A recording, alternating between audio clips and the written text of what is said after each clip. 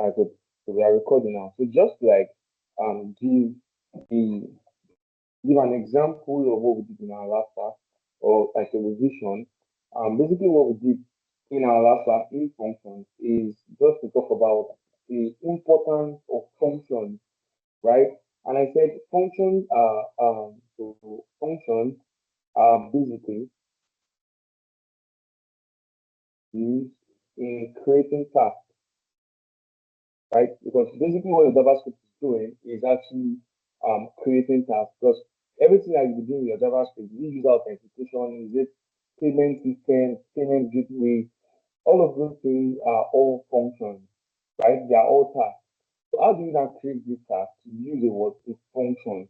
And JavaScript functions are often created with, the function keyword. You use your function keyword to define your function with the function name. So you can say function name, right? That's to define your function. Then you put up parentheses and then you're calling it. Now it's not inside of this you have your what? Your argument or your task, right? Then after defining your task and everything, you come out there and then you call your what? The function name, right? So this is how functions are defined in JavaScript.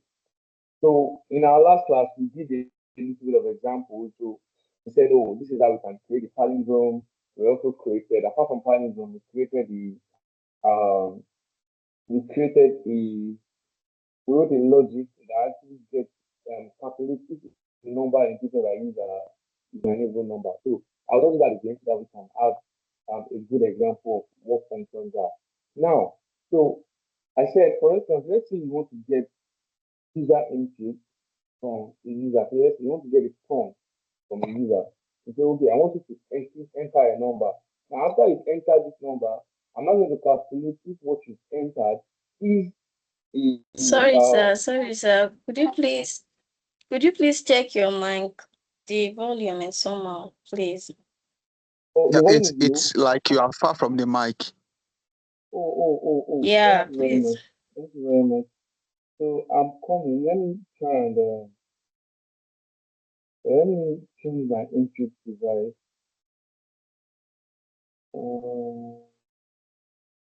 Okay, so this is the problem now.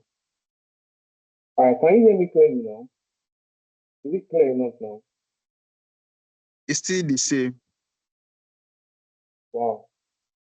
It's like it's echoing somehow. Echoing. Wow. Okay, how about now? Is it clear now? Is it clear now? Or is it still the same thing? Yeah, it's still the same thing. Let me see. How about now? Yeah. It's not Is it as louder? clear as it used to be. Oh, wow. Okay, so what about now? I'm trying to see I if think I it's can. better now. I Is it think it's better better now? now. Yes.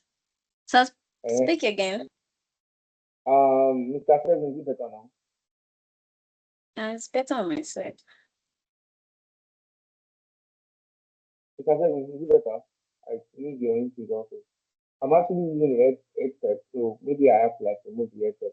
So is it better now, Mr. Kevin? Can you hear me? It's not the kind of clarity we used to have before. It's not as Okay, clear as you we know what? used to have before. I'll disconnect my.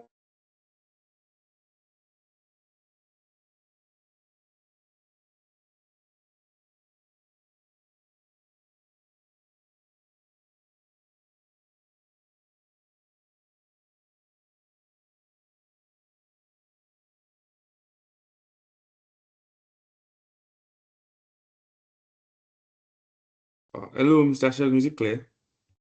I thought you were. It's very clear now. Okay, so let's continue.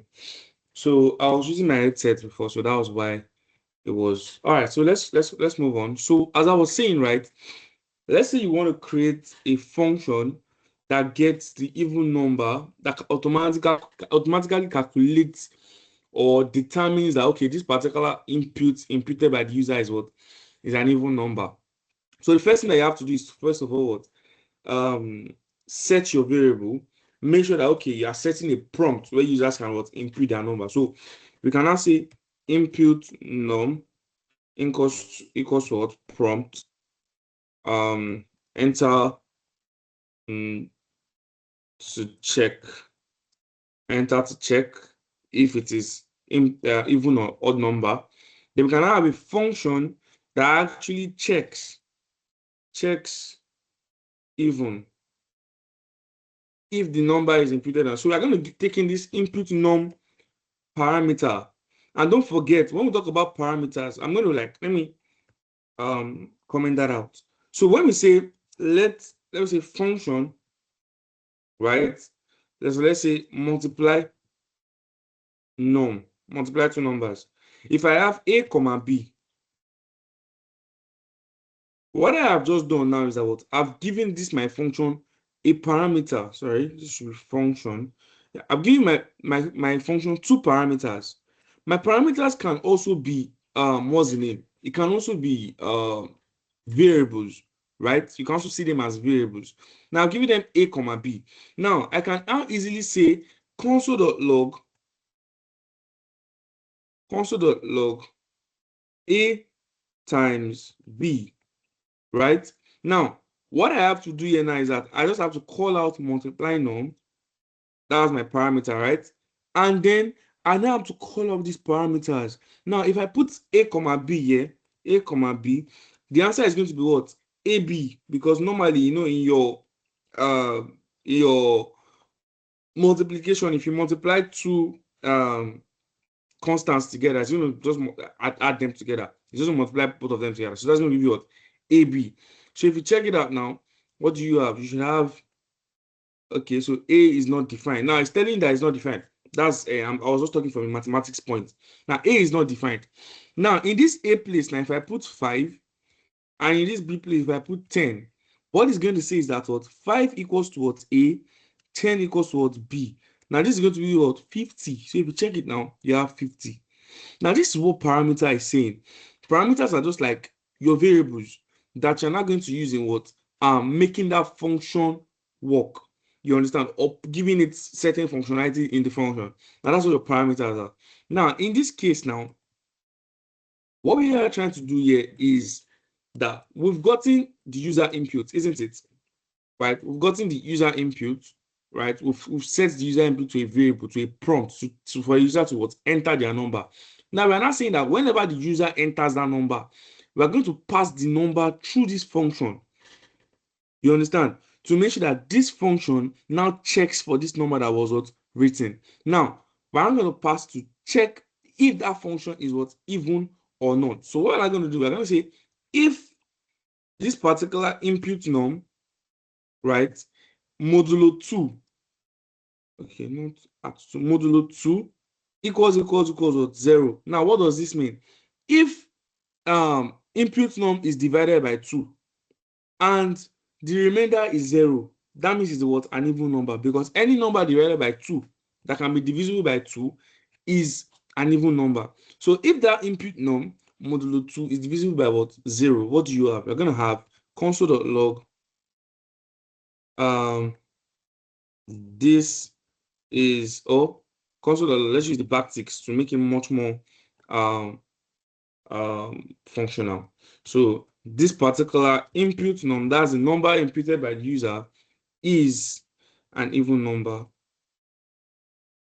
right? So now it's not going to have an else. The else is not going to be what? Oh, console.log this number imputed by that user, input num is what is an odd number.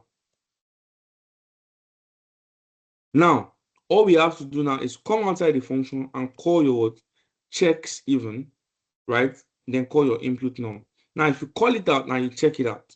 Let's go right here and refresh. Now if I say 2, what do you say? 2 is an even number. As you can see, if I put 3, 3 is an odd number. Now this is how you can get if a particular number is even or if a particular number is odd. I hope everybody understands this. Is it clear to us?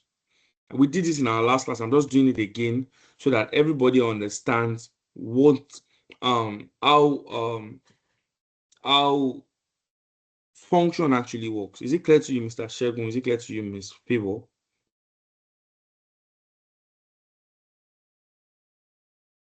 Okay, Mr. Shegun, is it clear to you?